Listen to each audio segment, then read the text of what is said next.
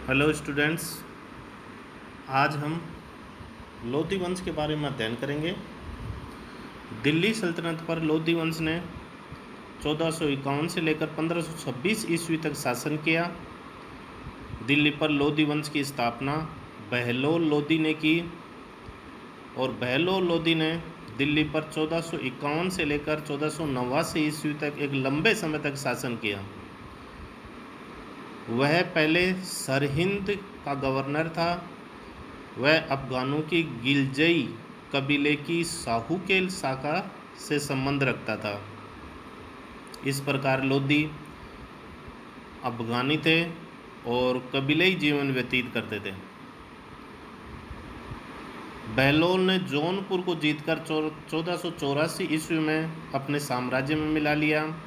पहले बताया था मैंने कि जौनपुर नामक नगर की स्थापना फिरोज शाह तुगलक ने अपने चचेरे भाई जोना खां अर्थात मोहम्मद बिन तुगलक की याद में की थी। लेकिन बाद में तुगलक वंश की समाप्ति के समय यहाँ एक नए वंश सरकी वंश की स्थापना हो गई थी और जौनपुर एक स्वतंत्र राज्य के रूप में स्थापित हो गया था। तो बहलोल लोधी ने इसे वापस जीतकर दिल्ली साम्राज्य में मिला लिया। बहलोल लोधी ने बहलोली नामक तांबे के सिक्के चलाए जो अकबर के सिक्कों से पूर्व उत्तरी भारत में विनिमय के मुख्य साधन थे। एक टंके में 40 बहलोली होते थे। इतिहासकार अब्दुल्ला खां की पुस्तक तारीख दाऊदी में लोधी वंश तथा अफगानों के राजत्व सिद्धांत के बारे में हमें विस्तृत जानकारी प्राप्त होती है।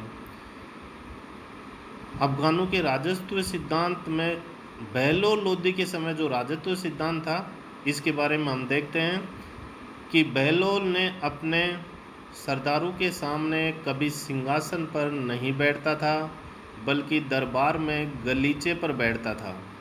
उसने राजत्व सिद्धांत में सम्मान में प्रथम फर्स्ट अमोंग इक्वल्स की नीति अपनाई, क्योंकि स्वयं कबीलाई पद्धति से संबंध रखता था और कबीलाई पद्धति में कोई सुल्तान या स्वामी नहीं होता था। सभी सरदारों में प्रथम की नीति का अनुसरण किया जाता था। तो यही नीति उन्होंने यहाँ दिल्ली सल्तनत में लागू की। बहलोल लोधी ने अफगानों को बड़ी जागीरें दी और उनकी जागीरों के हिसाब किताब की भी कभी जांच नहीं की, क्योंकि सरदारों की वह इज्जत करता था। बहलोल अपने अमीरों को मनसद ए अली कहकर पुकारता था। बहलोल लोधी ने अन्य अफगान सरदारों को भारत आने के लिए आमंत्रित किया। ग्रंथ तारीख दाऊदी में लिखा है कि बहलोल लोधी नाराज अमीरों के सामने अपनी पगड़ी उतार कर रख देता था। वह कहता था कि यदि आप मुझे अयोग्य समझते हैं तो किसी अन्य व्यक्ति को अपना सुल्तान चुन लीजिए। बहलोल लोधी के समय दिल्ली का राजत्व की स्थिति गिरकर एक साधारण अमीर की भांति हो गई थी। बहलोल लोधी की मृत्यु के पश्चात दिल्ली का सुल्तान बना सिकंदर लोधी, जिन्होंने 1489 ईस्वी से लेकर 1517 ईस्वी तक दिल्ली पर शासन किया। सिकंदर लोधी इस वंश का सर्वश्रेष्ठ शासक था। उसने 1504 ईस्वी में आगरा नामक नए नगर की स्थापना की और बादलगढ़ के किले का निर्माण करवाया तथा आगरा को 1506 ईस्वी में अपनी राजधानी बनाया। आगरा की स्थापना का सिकंदर लोधी का मुख्य उद्देश्य था राजस्थान के शासकों व व्यापारिक मार्गों पर नियंत्रण स्थापित किया जा सके। सिकंदर लोधी का मूल नाम निजाम शाह था तथा सिकंदर लोधी की मां हिंदू थी। सिकंदर लोधी ने गुप्तचर व्यवस्था को सुदृढ़ किया। यह गुप्तचर व्यवस्था दिल्ली सल्तनत में सबसे पहले बलबन ने स्थापित की थी और सिकंदर लोधी ने उसे और भी सुदृढ़ बना दिया। सिकंदर लोधी ने भूमि में गड्ढे खजाने से कोई हिस्सा नहीं लिया, जबकि अन्य सुल्तान इसका कुछ हिस्सा अपने साम्राज्य में लेते थे। उसने खाद्यान्नों पर लगे कर को समाप्त कर दिया तथा व्यापारिक प्रतिबंधों को भी हटा दिया। सिकंदर लोदी खुद विद्वान था, कवि था और गुल रुखी के नाम से फारसी में कविता भी लिखता था। अब हम सिकंदर लोदी के सामान्य परिचय के बाद सिकंदर लोदी द्वारा स्थापित राजत्व सिद्धांत के बारे में देखते हैं। सिकंदर लोदी ने बहलोल लोदी के राजत्व सिद्धांत में कुछ परिवर्तन किए। उसका राजत्व सिद्धांत तुर्की सुल्तानों और बहलोल लोदी के बीच का राजत्व सिद्धांत था, अर्थात दोनों के राजत्व सिद्धांत का उन्होंने मिश्रण कर दिया। सिकंदर के राजत्व का प्रमुख उद्देश्य सुल्तान की शक्ति में वृद्धि करना और अमीर वर्ग की शक्ति को नियंत्रित करना था। सिकंदर के राजत्व सिद्धांत की मुख्य बातें एक एक करके हम देखते हैं।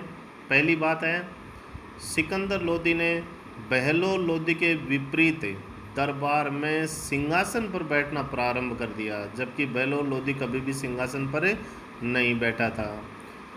दूसरी मुख्य बात है, उसने अफगान अमीरों को जागीरों की जांच करवाई और गलतियां होने पर दंडित भी करना शुरू कर दिया।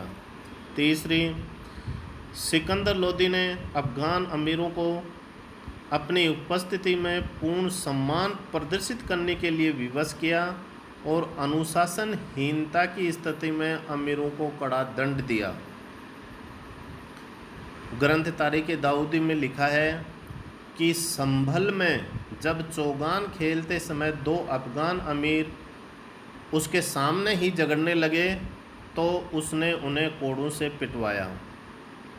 उनके राजत्व सिद्धांत का चौथा बिंदु है, शाही फरमानों के बारे में एक नई परंपरा स्थापित की, जिसके अनुसार प्रांतीय गवर्नरों को अपनी राजधानी से 6 कोस आगे जाकर शाही फरमान को प्राप्त करना होता था और जब फरमान पढ़ा जाता तो सभी अमीरों को खड़ा रहना पड़ता था।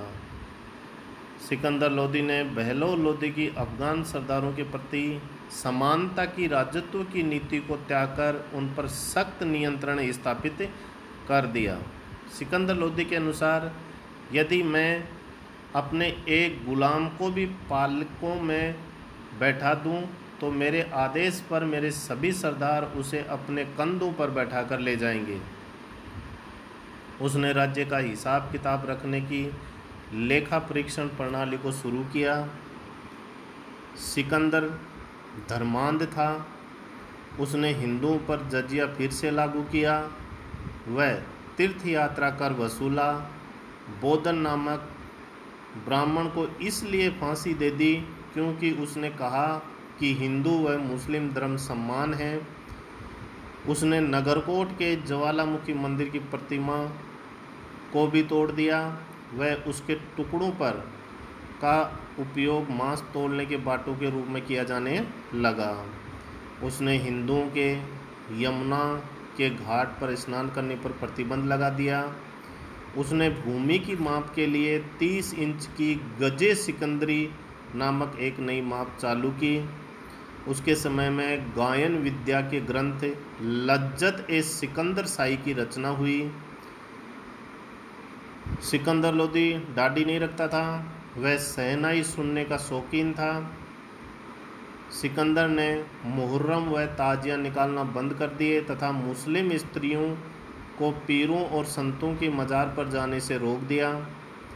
सिकंदर ने एक आयुर्वेदिक ग्रंथ का फारसी में अनुवाद करवाया और उसका नाम था रंगे सिकंदरी।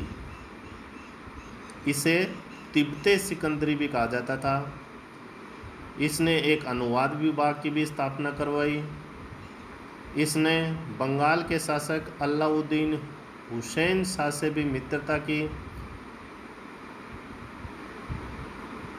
और 1494 ईस्वी में सिकंदर लोदी ने बिहार को जीतकर दिल्ली साम्राज्य के अंतर्गत मिला लिया। उसने मुस्लिम शिक्षा में सुधार के लिए ईरान के विद्वान शेख अब्दुल्ला व शेख अजीजुल्ला को बुलाया। प्रसिद्ध ईरानी विद्वान रफ़ीउद्दीन शिराजी भी सिकंदर लोदी के दरबार में रहता था। सिकंदर लोदी की मृत्यु के पश्चात उसका मकबरा खेरपुर दिल्ली में बनाया गया और सिकंदर लोदी की मृत्यु के बाद अगला शासक बना इब्राहिम लोदी। इब्राहिम लोदी ने दिल्ली सल्तनत पर 1517 ईस्वी से लेकर 1526 ईस्वी तक शासन किया। यह सिकंदर लोदी का ज्येष्ठ पुत्र था। इब्राहिम व उसके छोटे भाई जलाल खान लोदी, जो कि उसमें कालपी का गवर्नर था, के बीच कुछ समय के लिए साम्राज्य का विभाजन हुआ, किंतु बाद में इब्राहिम ने जलाल खां को पराजित कर मार डाला। इब्राहिम लोदी ने 1517 ईस्वी में मेवाड़ के राणा सांगा के साथ एक युद्ध हुआ, जो खातौली नामक स्थान पर युद्ध हुआ, इसलिए इस युद्ध को खातौली का युद्ध कहा जाता है। और इसमें मेवाड़ के महाराणा सांगा ने इब्राहिम लोदी को पराजित कर दिया। इब्राहिम ने ग्वालियर के शासक विक्रमजीत को पराजित किया। इब्राहिम लोदी का अंतिम युद्ध काबुल के शासक बाबर के साथ 21 अप्रैल 1526 को लड़ा गया। यह युद्ध पानीपत नामक स्थान पर लड़ा गया। इसको पानीपत का प्रथम युद्ध के नाम से भी जाना जाता है। और इस युद्ध में बाबर ने इब्राहिम लोदी को युद्ध के मैदान में ही मार डाला और अब दिल्ली पर सल्तनत युग का अंत हुआ और एक नए वंश की स्थापना हुई, जिसको मुगल वंश के नाम से जाना जाता है। और इस वंश की स्थापना बाबर ने की। इस प्रकार लोदी वंश का शासन का अंत हुआ। आगे हम मुगल वंश के बारे में अध्ययन करेंगे। धन्यवाद।